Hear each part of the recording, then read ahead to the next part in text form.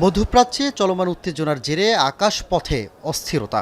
ইরানের সঙ্গে যুক্তরাষ্ট্র ইসরায়েল সংঘাতে সাময়িকভাবে মধ্যপ্রাচ্যগামী অনেক দেশে ফ্লাইট স্থগিত করে বিমান বাংলাদেশ এয়ারলাইন্স।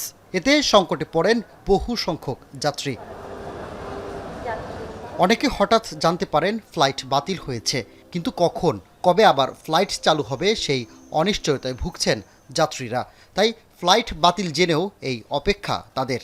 কয় ঘন্টা পরে যেতে পারবো বা কয়দিন পরে যেতে পারবো এটা আমাদের কোনো কিছু সুনির্দিষ্ট হয়ে যায় না। যে আমাদের মালামাল ছিল ওইগুলো কিছু ফ্রিজিংয়ের মাল আছে, ওগুলো খারাপ হয়ে যেতে পারে, কোনো নেই।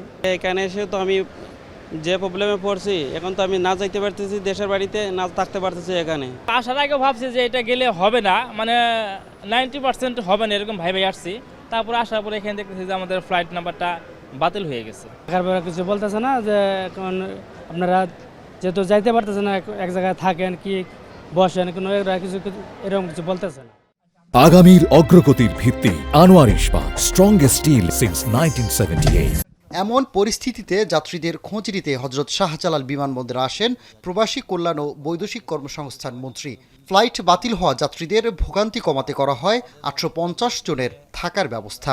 যারাই ফ্লাইট ক্যান্সেল তাদেরকে আমরা তাদের থাকা খাওয়ার ব্যবস্থা এবং গন্তব্যস্থলে পৌঁছে দেওয়ারও আমরা সব ব্যবস্থা নিয়েছি।